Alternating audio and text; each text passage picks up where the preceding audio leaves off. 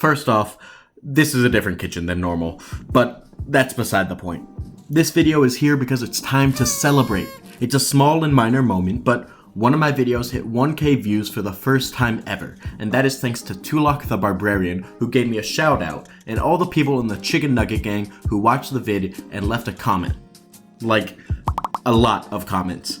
It might not seem like a big moment, but I'm just a baby YouTube channel, and this feels special to me. So, we're gonna celebrate, and we're doing that by making red velvet cupcakes. No more dilly-dally, roll up your sleeves if you got them, wash your hands, and let's get cooking. Start by setting your oven to 350 degrees Fahrenheit, 175 degrees Celsius. While that gets hotter than a polar bear in a sauna, go prepare your dry mix. Take 1.5 cups cake flour and throw that into a bowl with 3 tablespoons unsweetened cocoa powder, 1 teaspoon baking soda, and 1 teaspoon salt, and then whisk that bad boy up. Then measure 2/3 of a cup of whole milk and add 1 tablespoon and a half teaspoon white vinegar and let that sit for 10 minutes. What you just did there was make extra acidic buttermilk. Sort of. Technically not, but it basically is. Anyways, add 2 teaspoons of vanilla extract and 1 tablespoon or a whole tiny squeeze bottle of liquid red food coloring. Then in a separate bowl, we're gonna cream some butter.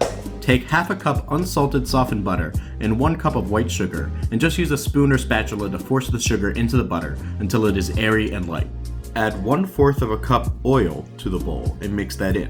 Then do the same with 2 eggs. Make sure you crack the eggs first though. Then add half of your dry ingredients and half of your pseudo buttermilk and combine. As soon as you can't see any trails of flour, add the rest of the dry and wet mixes into the bowl and do that again.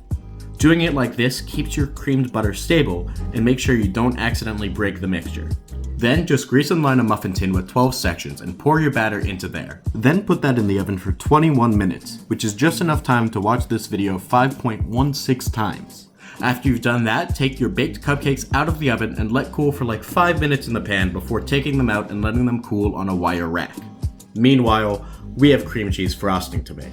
Just whip together half of a cup unsalted softened butter, 8 ounces of cream cheese, 3.5 cups powdered sugar, and 1 teaspoon vanilla extract. Realize your bowl's too small, so move it into a larger one. Then just mix until well combined. And once your cupcakes have fully cooled, you can either spoon the frosting over top of them, or if you're a fancy little boy who wants fancy little cupcakes, you can use a piping bag to top your cupcakes instead. And you're done. You made... oh, how'd that chicken nugget get there? Let me just get that for you. Anyways, you made red velvet cupcakes. Look at the crumb on that red little friend. Delicious and cakey on the bottom, and sweet and flavorful frosting on the top. But let's get into the price breakdown. We made 12 cupcakes for $8.21. Compare that to the price that it would cost to get a box of equally sized cupcakes from the grocery store, it would cost $11.97, which means you save $3.76.